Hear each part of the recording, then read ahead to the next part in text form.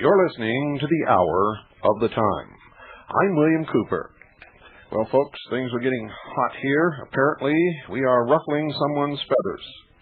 I'm not going to tell you what's going on, but I will tell you this. I'm sitting here with a 9mm pistol by my side, and we have taken steps to protect the family. Federal authorities are investigating Clinton's involvement in these loans.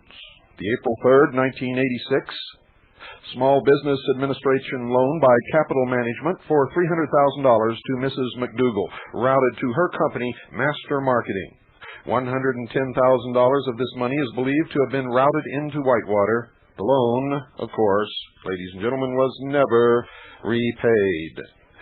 A February 28, 1986 SBA loan by Capital Management for $150,000 to Castle Sewer and Water, which involves Tucker and others, also never repaid. Castle Sewer and Water also defaulted on more than $860,000 in Madison loans. Again, never repaid. An October 3rd, 1987 SBA loan by Capital Management for $150,000 to South Loop Construction Corporation, Tucker's company. Guess what? Never repaid.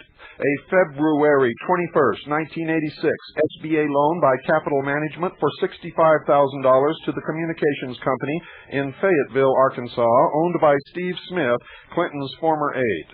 The firm's purpose was to manage Democratic political campaign. Now, who could that be?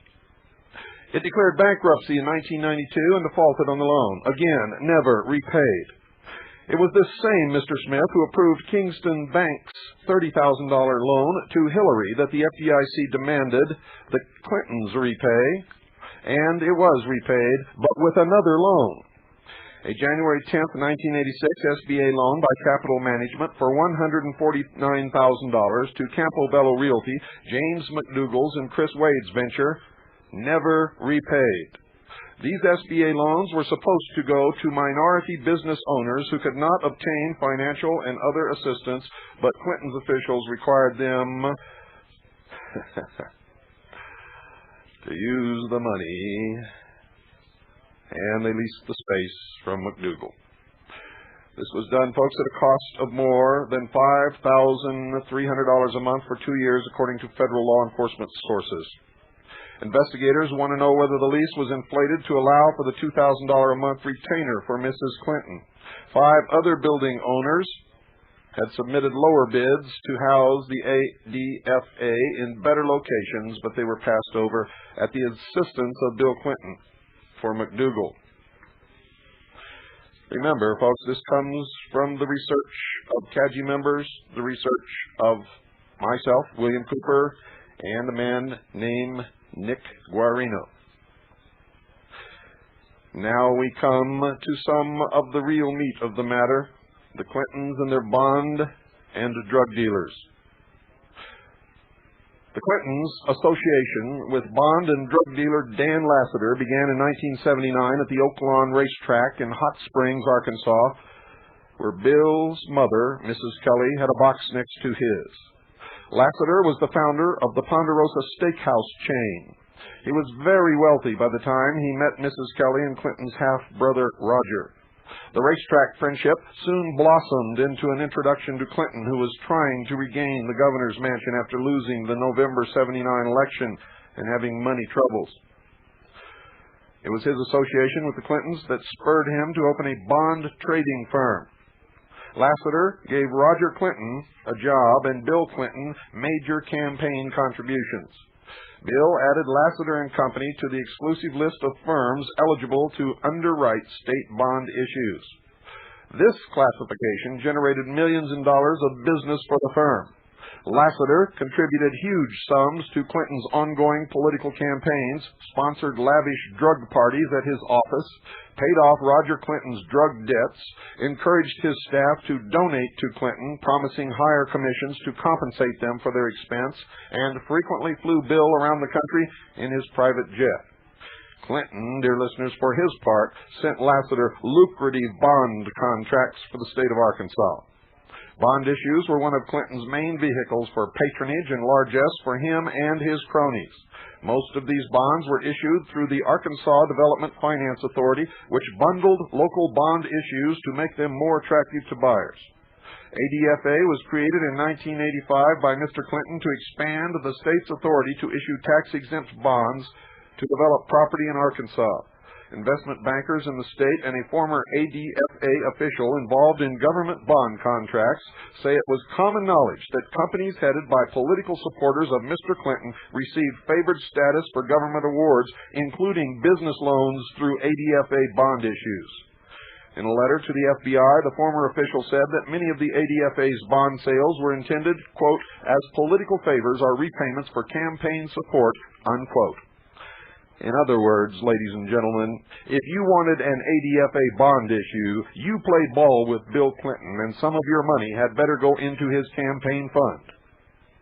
These ADFA bonds were the height of cronyism. Clinton and his friends were able to use them to loot over $1 billion with a B, and now we're getting to the real money, $1 billion with a B dollars from investors. Many of these so-called public project bonds were nothing but shams. They are almost guaranteed to default, leaving thousands of investors with huge losses. And where is the money? Where, dear listeners, is the money? Doing the complex legal work and sending the bonds to market was a bonanza for law firms and underwriters. Hillary's firm got much of the legal work on these bonds. One such contract was the 1985 bond issue to pay for the Arkansas police radio system. Ironically, it was this system which was later used to bust Lassiter on drug charges. Clinton got the Arkansas legislature to approve a contract for Lassiter to sell $30.2 million in the bonds. The contract netted Lassiter $750,000. Lassiter also was passed sweetheart bond deals for the Arkansas Housing Development Agency, AHDA, which awarded millions of dollars in tax-exempt bonds. Altogether, the firm received $1.6 million in brokerage fees for 24 separate tax-exempt bond issues. Representative James Leach of the House Banking Committee is expected to widen his probe of the Whitewater-Madison affair to include these bond deals. Quote, what you have is a picture of Milken-esque economic entanglements in microcosm in the state of Arkansas, unquote, said Leach. These sweetheart deals continued while Lassiter and two of his partners were under investigation for cocaine distribution. Lassiter later was sentenced to 30 months in prison. Although Bill Clinton had personal use of Lassiter's private jet and was rumored to have attended Lassiter's parties, where cocaine sometimes appeared like a blizzard in a veil, as usual, Bill was completely uninvolved and had no knowledge whatsoever. Don't know nothing about no drug parties, don't know nothing about no jet, don't know nothing about no savings and loans, didn't get no money from Whitewater. No knowledge. And, of course, folks, he certainly did not inhale. Even after Lassiter was sentenced to prison, the bond issues continued to flow to his firm. Patsy Thomason, who is presently on Clinton's staff at the White House, was made executive vice president at Lassiter's firm. She was given power of attorney to run the company in his absence. She handled $664 million in Arkansas bond contracts for him. Ms. Thomason is now a Clinton aide at the White House. Where else would she be? Now, why would Lassiter give power of attorney to a Clinton aide if he wasn't Clinton's surrogate all along? I know Clinton's name isn't on it, but he was clearly the one with the power. The Lassiter story would die here, folks, except it gets even more intriguing when you find out how Hillary and her partners at the Rose Law Firm tie into all this. And later, we'll get to a little airstrip in a town called Mena. It's similar to her long-established pattern. The banking officials hire her to sue Lassiter. She fails to disclose her friendship with him or his role as benefactor to her husband. She negotiates a secret out-of-court settlement for far less than the government could have expected to receive. But first, some background. You see, Lassiter's bond trading firm expanded its business beyond Arkansas. he signed deals to trade Treasury bond futures with several savings and loans, including First American Savings and Loan in Oak Brook, Illinois, and Home Federal Savings and Loan in Centralia, Illinois. First American lost at least $361,572 in those T-bond futures trades. Dan Walker, president of First American and a former governor of Illinois, sued Lassiter for unauthorized trading. They had general authority to trade, said Walker, but they were supposed to call us each time they made a trade, and they did not do that. Walker also alleged that Lassiter's firm committed mail wire and securities fraud in the unauthorized trades. His suit never made it to court, however. Walker himself was charged by federal officials of lending himself $1.4 million in federally insured deposits.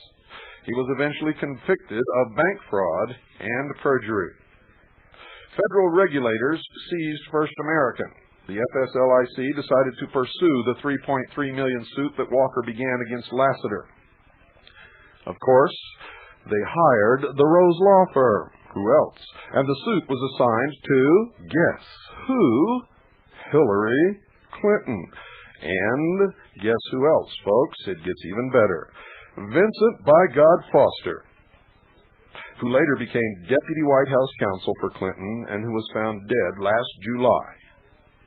Hillary and Foster negotiated a confidential settlement. The result, Lassiter paid the government $200,000 in return for a dismissal of the $3.3 million suit.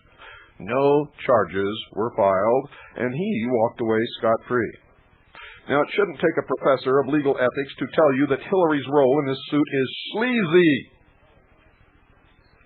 She should have immediately excused herself on grounds of conflict of interest, but as you saw in the previous two programs, she's not in the habit of doing that. Hillary's law firm was hired again by another savings and loan, Home Federal Savings and Loan, in another suit against Lassiter. This suit paralleled that of First American's. Home Federal was seeking a $4.6 million suit against Lassiter and Company, again for unauthorized trading. King Betts was the president of Home Federal. He said that he hired Hillary's firm because the cases were so similar. The government took over Home Federal soon afterward and continued the case. Meanwhile, Thomas Mars, one of the attorneys who had worked with Foster and Hillary in the first suit against Lassiter, left Hillary's firm. Months later, he started representing Lassiter against Home Federal, which was still represented by Hillary's firm. Are you dizzy yet? Don't worry, folks. It gets even better. This roller coaster ride is going to put your stomach right up in the top of your head, I guarantee it. Neither Mars nor Hillary's firm notified Home Federal about this glaring conflict of interest. Betts says he was also never told about Lassiter's ties to the Clintons. Foster, Hillary's partner, advised Betts to accept a $250,000 out-of-court settlement on the $4.6 million case, and they took it. So Hillary saved Lassiter's neck while representing the government against him, and after he had done time for dealing cocaine. Of course, Lassiter had paid off Roger Clinton's cocaine debt, had hired Roger Clinton, was Bill Clinton's protege in business, let him use his jet, brought him in to attend wild, orgasmic parties where the cocaine fell like rain. The final twist in this story takes place in November 1990. Lassiter had been sentenced to 30 months in prison, but after only 4 months in a halfway house and 2 months under house arrest, Governor Bill Clinton gave Lassiter a full pardon. Lassiter is now an executive at Phoenix Mortgage Company in Little Rock. And if you've got money in that company, you better get it out quick. Now, ladies and gentlemen, during this exact same time, the chief of Clinton's personal bodyguards was in charge of the CIA's importation of drugs into the United States of America in a small airstrip in Arkansas called Mena, Arkansas. Clinton denies any knowledge of this. However, when investigators brought this to the attention of the Justice Department, it could no longer be hidden. However, the results of that investigation have not ever been released to the public. But the drugs no longer flow into the United States at Mena, Arkansas. Ollie North knows all about it because the name of Mena, Arkansas came up several times in the Iran-Contra investigations, where they were trading, ladies and gentlemen, arms for drugs, flying the drugs into the United States, selling the drugs, taking the money to finance third world insurrections, illegal wars, and, of course, the destruction of the sovereignty of nations in order to bring about their one world totalitarian socialist government. Ollie North, in his testimony, said that they had even prepared a plan to suspend the Constitution of the United States of America, yet most of you have hailed Ollie North as a great hero. Clinton was obviously and without any doubt involved in the drugs flowing into Mena, Arkansas. There is even speculation, and some evidence has been introduced, that some drugs were manufactured in Arkansas in clandestine labs and distributed from there throughout the rest of the country. Now, I cannot believe that Clinton was nominated for President of the United States. Nick Guarino can't believe that Clinton was nominated for President of the United States. Anyone who has studied Bill Clinton for even 5 minutes is absolutely amazed that he was nominated for the President of the United States. And it's even more shocking that he won the election. Nick Guarino knew Bill Clinton. He knew Arkansas politics. He knew what Bill Clinton had been involved in. How could anyone so corrupt be elected to the presidency of the United States of America? With Clinton's very flawed moral, sexual, emotional, ethical, and business character, he should have been immediately disqualified. Never mind the fact that he clearly dodged the draft, and that has been demonstrated by letters which he wrote in his own handwriting and signed himself. There's no doubt about it. And at a time when Americans were forbidden to travel to the Soviet Union, Bill Clinton was in Moscow being given the red carpet VIP treatment and was given a tour of the Kremlin, met with high-ranking Soviet officials. There is no doubt, ladies and gentlemen, that he was being groomed to bring socialism to the United States of America. Was he a KGB agent, as many people claim? I say it doesn't matter, for at the highest levels, the KGB and the CIA are the same organization. And it shouldn't take too big of a brain to figure that out. The Cold War was a scam. London and Wall Street created the Soviet Union. And Chase Manhattan Bank has had a branch in the Kremlin for over 50 years, ladies and gentlemen.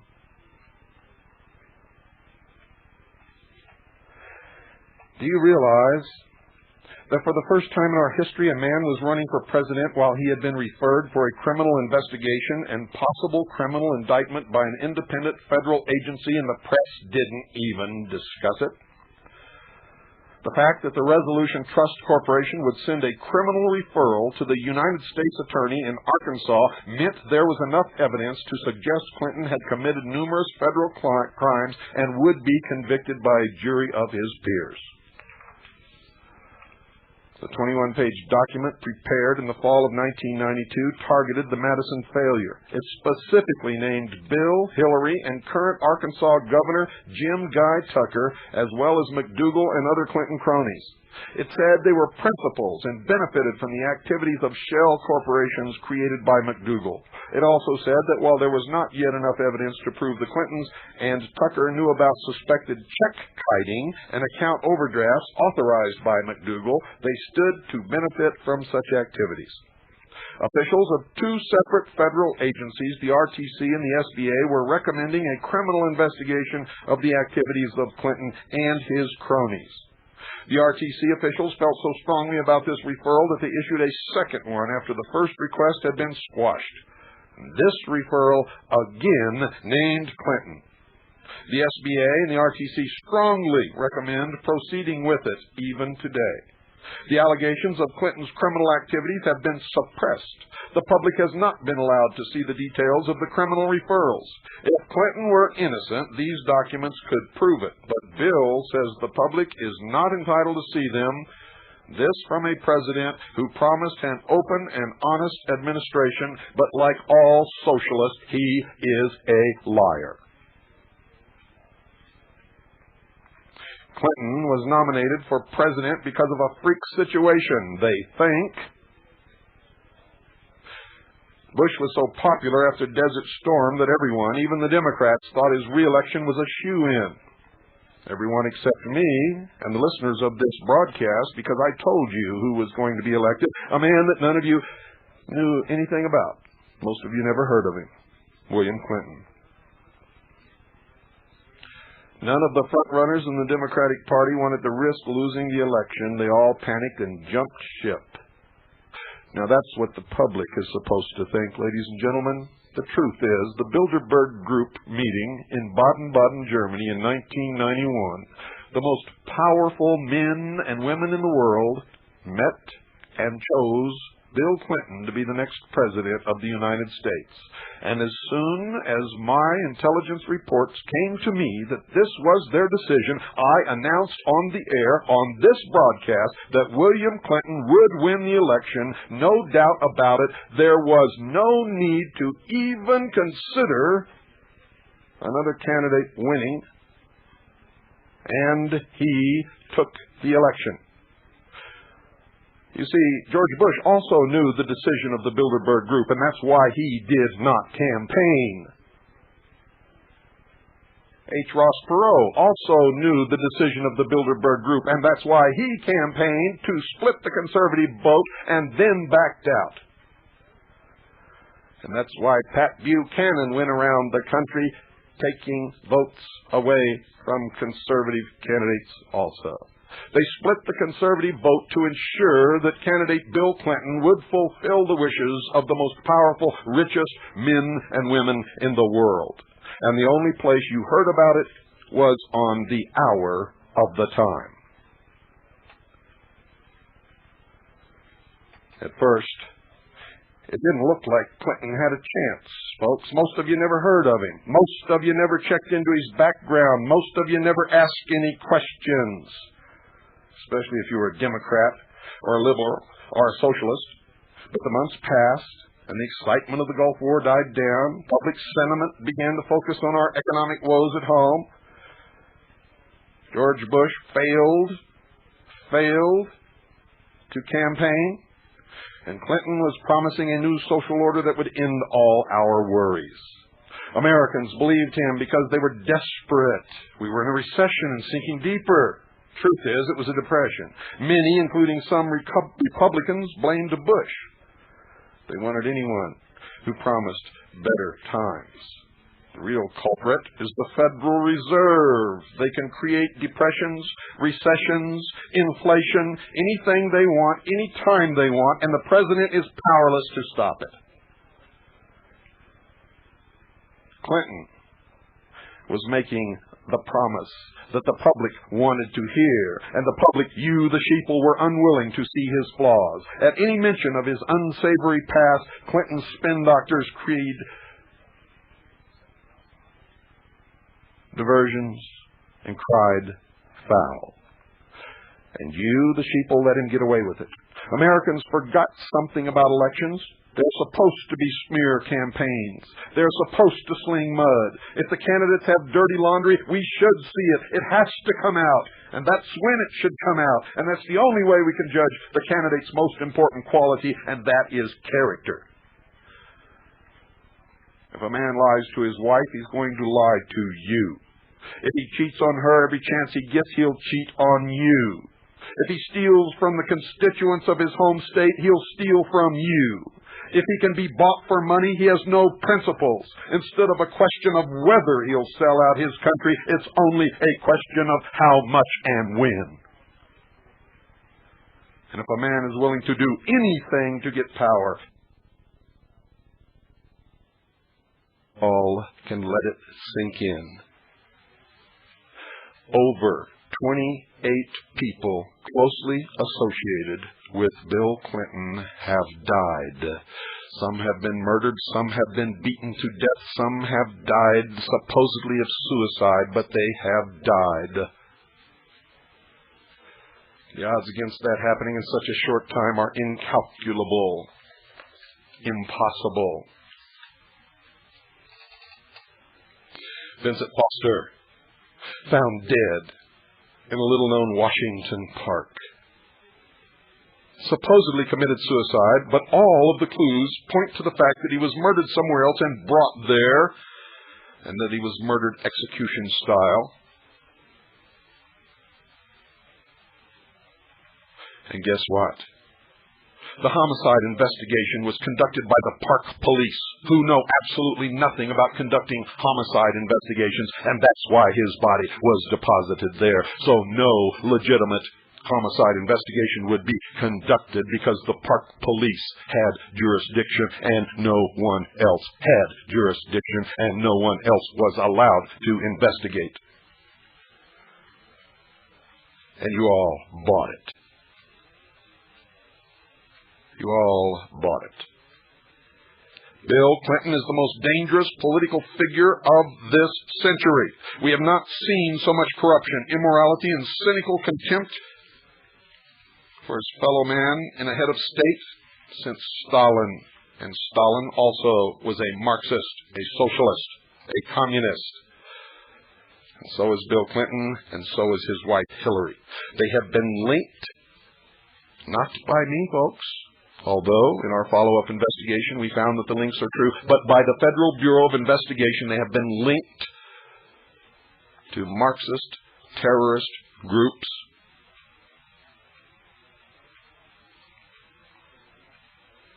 Hillary,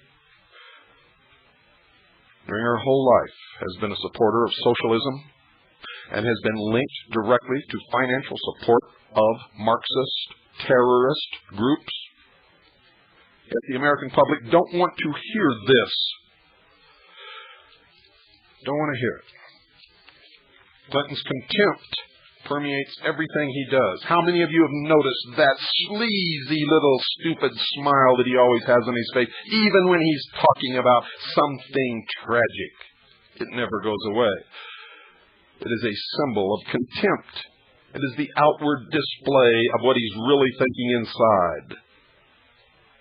There's a sucker born every minute. That's what he's really thinking inside. I always get the feeling that he can't really believe he's where he's at, and he gives himself the credit, even though very little of the credit belongs to Bill Clinton.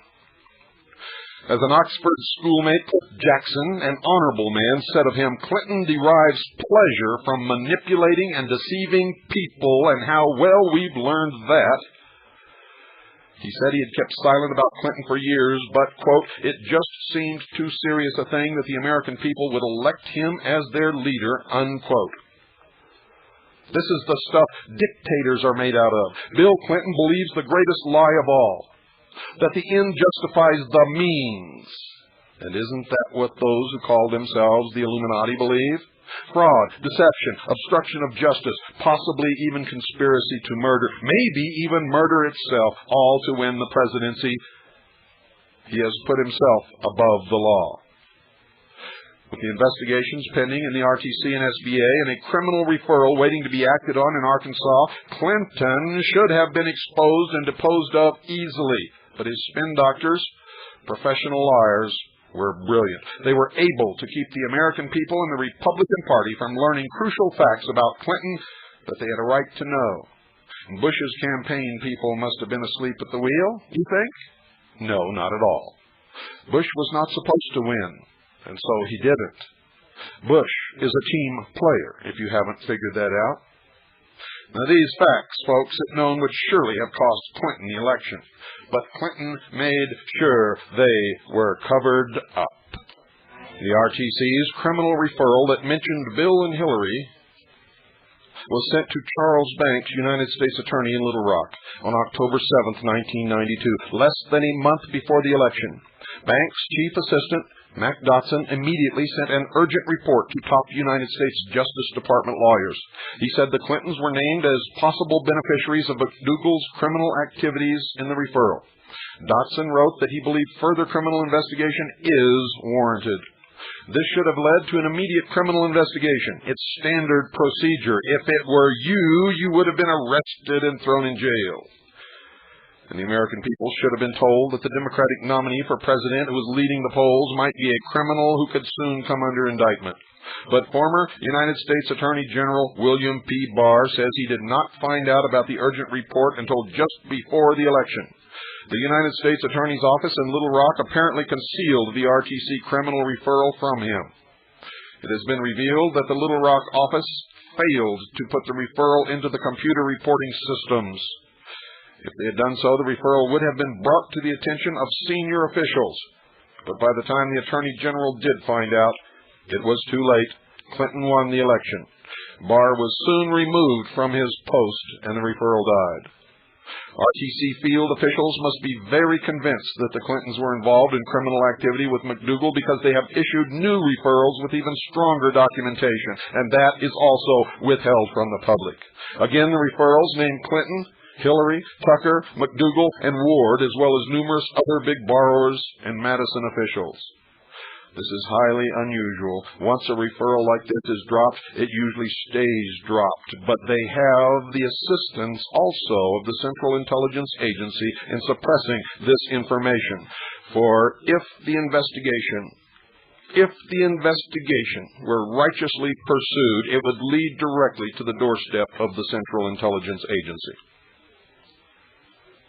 The field officials who issued the referral have even gone so far as to appeal to top RTC brass in Washington for guidance, but Washington has refused to intervene.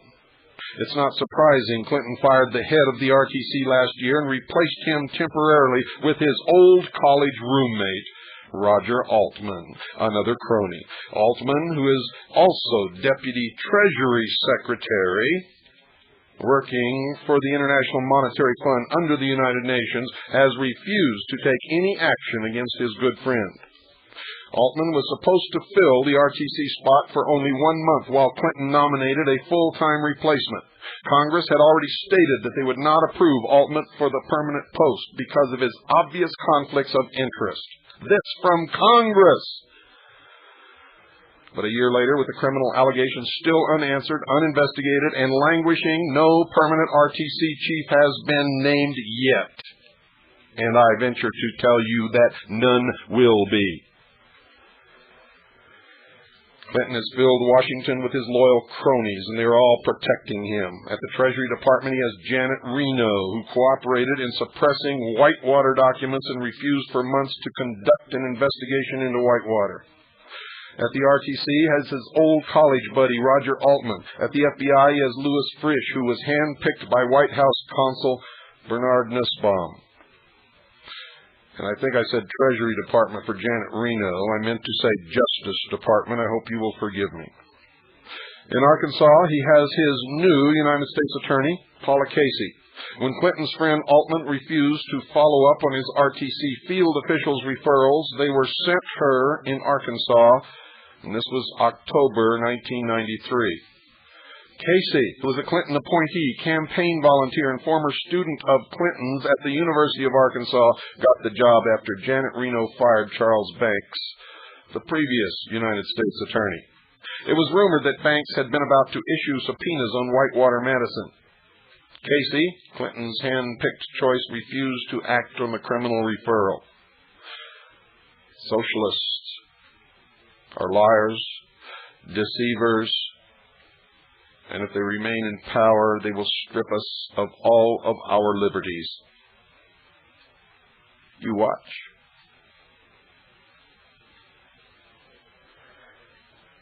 On October 27, 1993, a stack of new referrals on her desk, Casey finally responded to 6 months of RTC inquiries on the fate of their first referral, then a year old. She told the RTC she concurred with the Justice Department's decision to forego an investigation due to insufficient information. She lied. Days later, in the wake of news reports about the latest RTC referrals and question about her ties to Clinton and other senior Democrats in the case, Casey rescued herself from further involvement. That is, she removed herself from the case. But Clinton's buddies, dear listeners, aren't going to be able to protect him indefinitely. The House and Senate have recently both passed legislation authorizing a Watergate-style special prosecutor, and these bills need to be reconciled in conference committee, and you need to call your congressmen, your representatives, and your senators and insist that this be done, and that no stops be allowed. Robert Fisk, Clinton's hand-picked special prosecutor, has been so overwhelmed by the evidence that he requested and received a special grand jury in Little Rock to investigate the allegations against Clinton. This is the first time in the history of the United States that any president has ever faced a grand jury. But it will take a special prosecutor with subpoena and prosecutorial power, independent of the White House, to get the truth out, and he's going to have to be a man solid within himself, confident, at peace with God,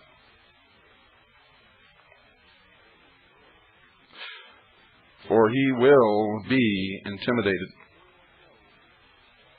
He will know about the 28 dead bodies littered about Bill Clinton.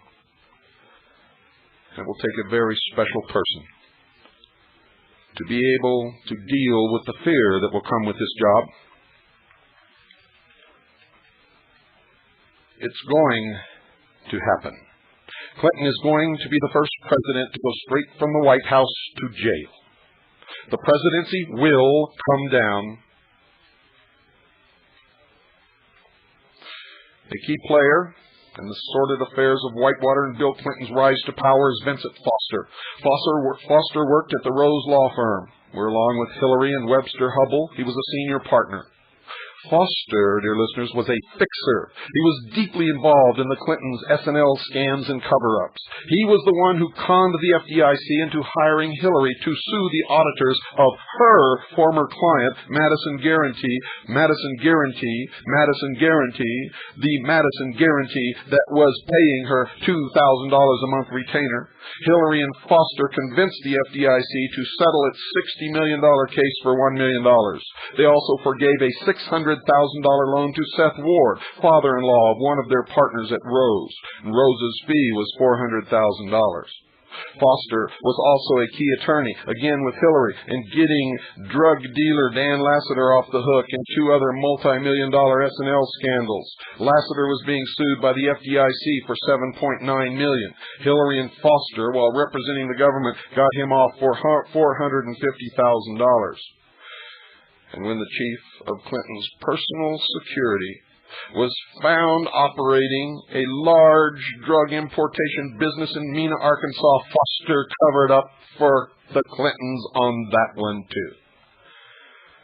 These scams cost the American taxpayers at least minimum, because nobody can really tell, minimum $60 million.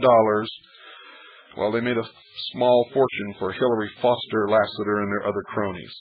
It's also been reported by reliable witnesses that Foster and Hillary were lovers. Former law enforcement officials state that on numerous occasions they saw Foster and Hillary passionately embracing. They often spent weekends together at the Rose Law Firm's secluded cabin. When Hillary filed for divorce against Bill in 1986, Foster, the man she called her closest friend, was there for her.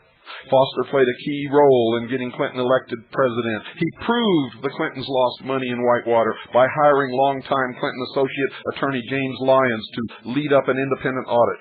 Clinton rewarded Lyons by naming him to a prestigious U.S. government advisory panel seeking peace in Ireland. This audit has come under heavy fire. And our opinion, my opinion, Nick Guarino's opinion, many of our chief CAGI operatives across this country, it was worthless. An entire year's worth of records were missing, and the auditors ignored countless documents, but Foster's ruse worked. When Whitewater was brought up during the campaign, Clinton pointed to the independent CPA audit that showed he had lost $68,900, the audit that had no records to audit. The press bought the story because they wanted to see their liberal, Marxist, socialist scumbag hero in the White House. Their dream of destroying the sovereignty of the United States and bringing about their new world order could be realized very quickly.